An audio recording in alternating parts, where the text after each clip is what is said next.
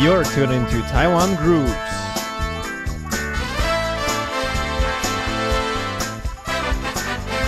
Let's explore the local music scene.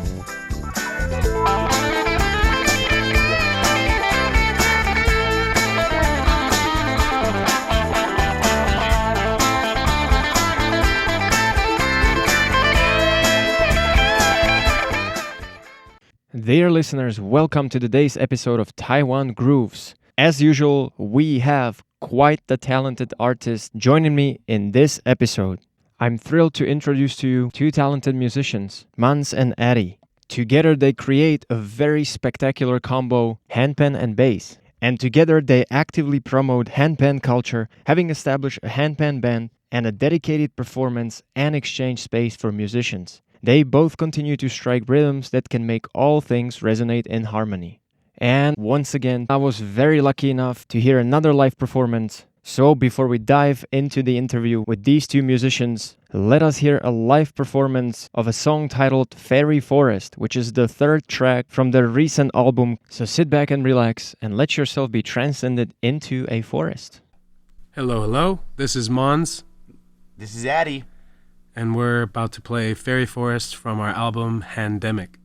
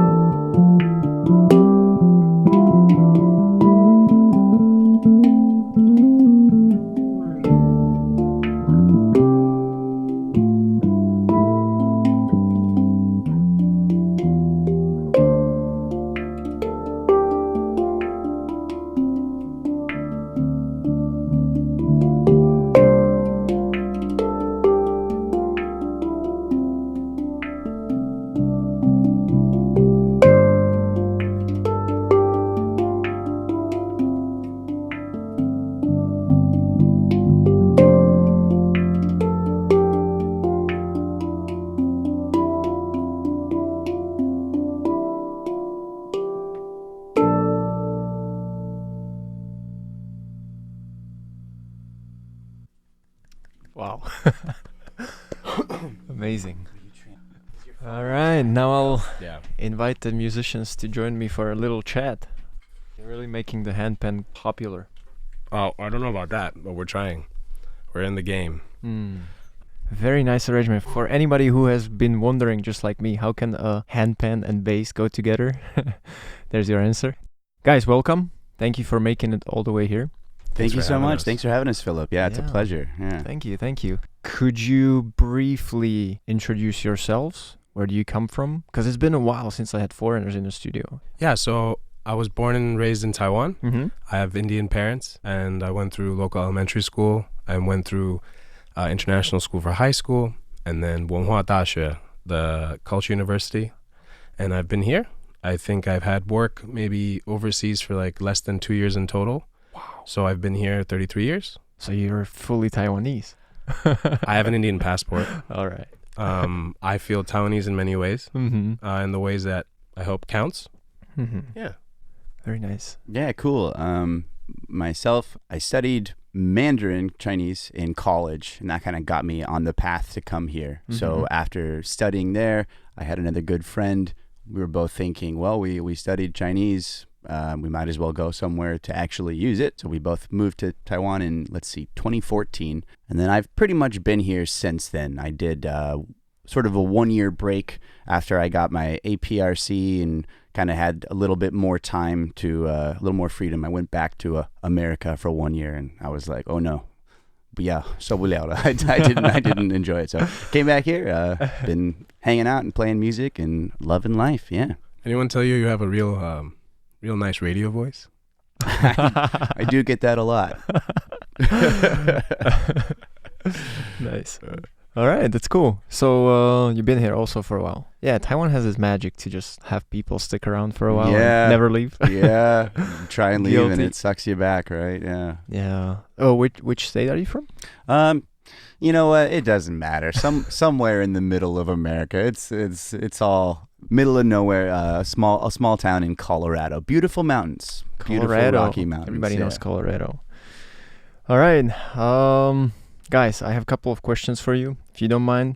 And the first one would be, how and when did you come to your instrument? When did you pick it up?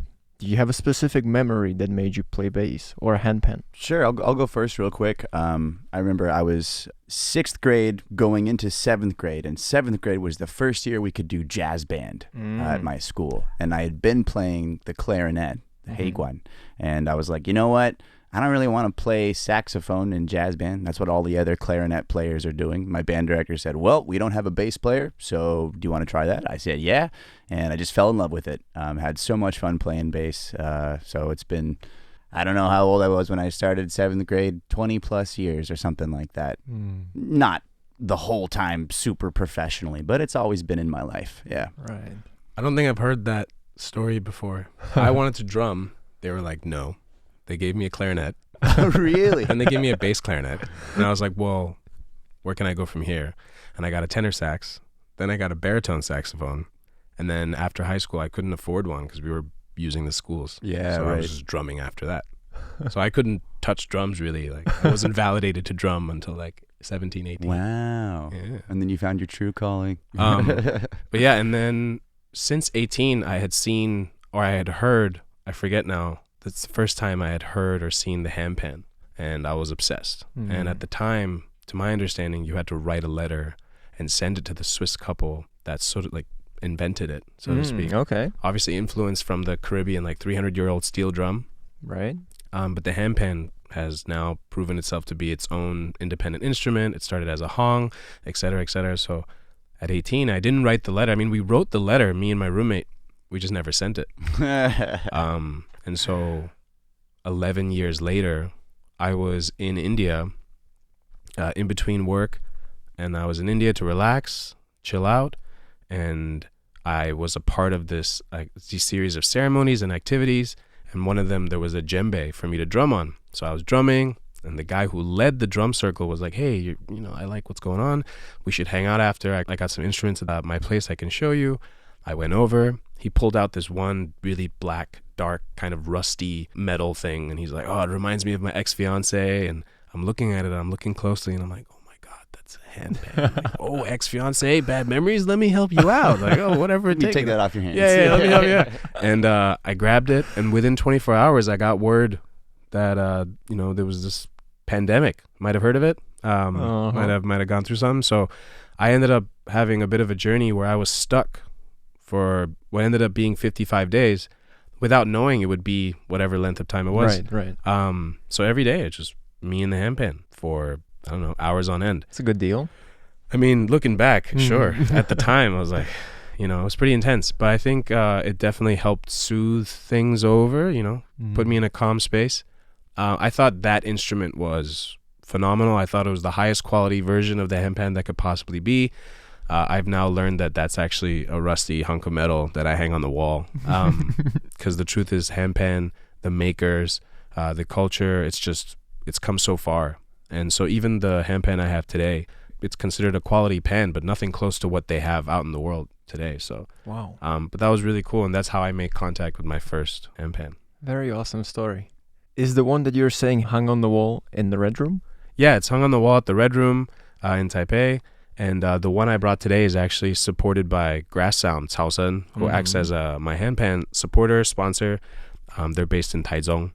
He's been really, really good to me. And yeah, this is one of them. So today we brought the D minor, D curd. Okay. D curd, yeah. All right. Just to clarify for myself and listeners, if you were to describe a handpan, because I'm trying to somehow put it into words for somebody who has never heard or seen a handpan, you're just basically playing a metal turtle. Yeah. Well, hopefully we're not playing the turtle, maybe the shell. The shell. Yeah, I think most people call it a UFO. UFO, okay. And I'm like, we very much have identified what this is. I like how it resembles a saucer. It also should not be flying. Yeah, they're very expensive. Yeah, dense, easy. Don't throw your hand. Yeah. So think of, if anyone's familiar with a steel drum, or like, let's think of a wok that we cook with. Now add another wok on top of it. All right, so it's hollow. It's hollow in the inside, and then you've got those two woks, and the way they're glued together perfectly on the seam, and the way it's tuned helps create the resonance. So each handpan would be to a specific key, a musical key, and then depending on the quality of the material, the quality of the seal, the quality of the tuning, the stronger the resonance. And you can actually have overtones, more notes, and more sounds, and it might travel farther, or it might be more, I'd say, shorter sound waves, so to speak. Like it's pretty cool. So the handpan you have now, you said it's in D minor? Yes. That means there are all notes from the D minor scale. This specific pan has a total of 14 notes. So 2 extra. Hey? Okay. So it doesn't follow like traditional scales necessarily. So the D curd, that's the scale. It'll have those notes, and it's in the key of D minor. I guess I have every note of D minor, but I also have notes from the other keys. But this one will resonate in D. Okay. So the note D will have multiple octaves, will have multiple D notes. Yeah. And there are other pans that play around with that. Very cool. Thank you for the clarification, because I only played around on a handpan for a couple of minutes. Yeah. But I never knew the background behind the instrument. I think it's super intuitive. I've had the opportunity to teach. Like my oldest student is 70-something, and my youngest student has been in their teens, and they pick it up really fast. It's just, really, really fun, and you can have that kind of sense of reward immediately. Right. Or guitar, people say, oh, until your fingers bleed, you're not really going to be able to play. Because the awkward, Sure, grip, positioning, grip. Yeah. Cool. Very nice. All right. You guys have come up with an album recently? How recent? So we're talking When about... was that? Well, this has been in the making for a while. So it's pandemic because of... I guess it has to do with your story? So the album is called Handemic. Right. Yeah. Handpan during the Didn't think I'd ever say that out loud, but yeah, Handemic. It takes a while to get the resources together for proper recording. Addi and I have been working on these ideas, and each time we play together, or each time we play with other musicians, new layers come up, and there's not a lot to reference when it comes to a handpan ensemble. Right. There are a lot of amazing handpan players in the world. Most of them play solo, and a lot of them might play with 3 handpans at a time to have a long, like, bigger range of notes. A lot of them are really percussive. There's a whole variety of that. Oh. But as far as handpan ensemble, especially handpan and bass, there's just not a lot to reference from. So Very I think unique. we've been exploring and tweaking, and we wanted recordings with a full band for a full sound, and we ended up with a 5-piece. So we've got really cool folks on the album playing keys, electric and nylon acoustic guitar, drums, percussion, auxiliary. Yeah. I can't wait to hear the full 5-piece. And I guess it officially came out 3-4 months ago now. June 20th technically was our digital launch, like Spotify, There we go. KKBox, Apple Yeah. Music, and all that. And then we had our album concert. We had 2 nights, end of June. And those were awesome. Yeah, Those were really fun.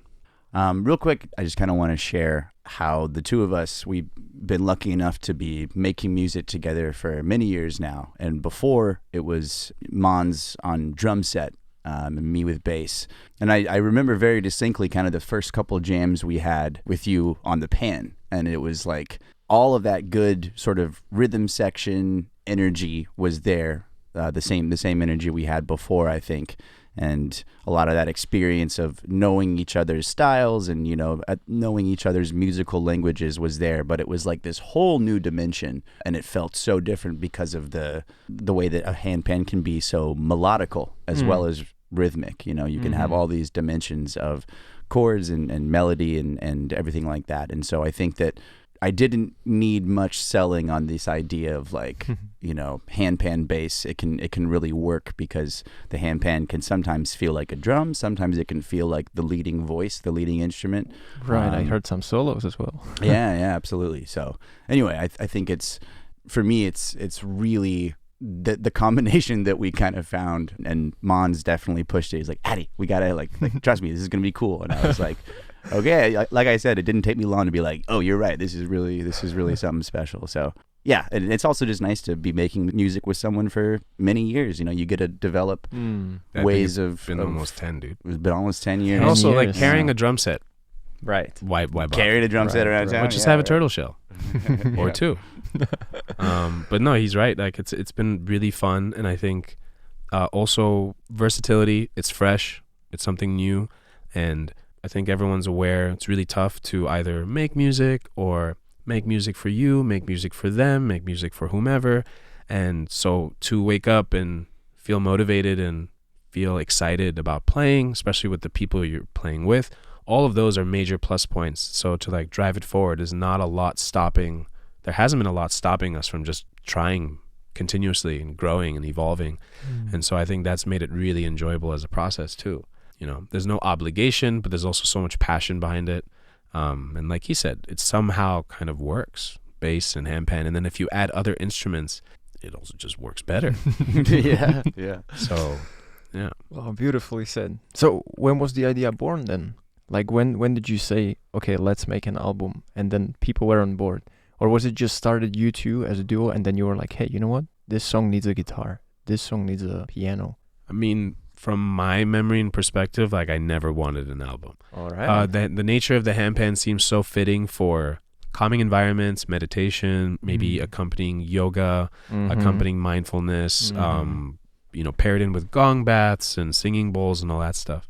So it was just the idea of practicing and playing and having the opportunity to play long form, maybe 30 minutes, 40 minutes, an hour. That was always that kind of goal. We never wanted like poppy things. We didn't do short bites. We didn't do radio edits. And then I actually reached out to a good friend, Leo37, who's really influential in Taipei and Taiwan. He helps and brings up a lot of different musicians, but in a totally different series of genres, like R&B, soul, and hip hop and all that.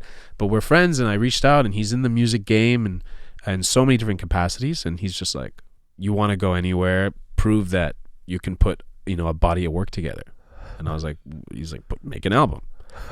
And so I was like, well, okay, I guess we'll piece together an album. So that's kind of, I believe, from my memory, I think that's when we started, having this goal in mind. And then we pieced it together. And the album was meant to be reflective of the journey I had in India. It was meant to be like 8-9 tracks, money, time, it's a lot.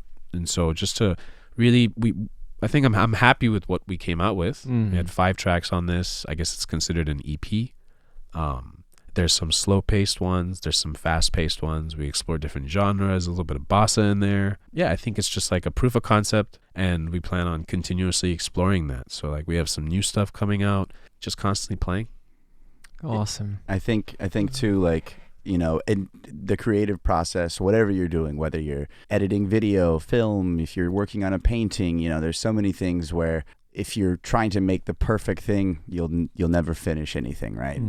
It's not a new idea. It's not my idea, but I think it's one that resonated with us too on this particular project of we don't want to wait 5 years to make the perfect 5-song EP. You know, it's kind of like, and not to say that, oh, it's not perfect and it's bad. I'm really proud of what we were able to do, but I think we had a good perspective of knowing that hopefully more opportunities and more doors will open for us in the future to do more albums and other things if we can have a product in the first place to get us launched and going somewhere. So it felt good to know that our goal is not perfection, but at the same time we want to make a product that, again, we feel proud of, we feel like represents us, and we feel like we can share and people can get an idea, oh, Handpan can be in this genre or this style or this space. I never thought about it. It's pretty cool. That's the goal. Exactly. Yeah. Congrats for putting it out there and for making it, as you said, it's more linked with meditation and all, you know, spiritual things. But if you can put it into kind of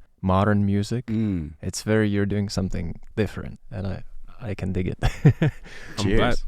And unfortunately, that's all the time we have for the first part of our interview with talented Mans and Addi and their handpan bass combo duo. Thank you guys for listening to Taiwan Grooves. I'm Phil Leskowski, and tune in next week to the second part of the interview where we're going to dive deeper into their creative artwork and future plans. And just as always, we do have another treat for you guys in the form of live performance once again. So get comfortable and enjoy the track titled Drops. I wish a lovely week to everybody, and I'll be back soon.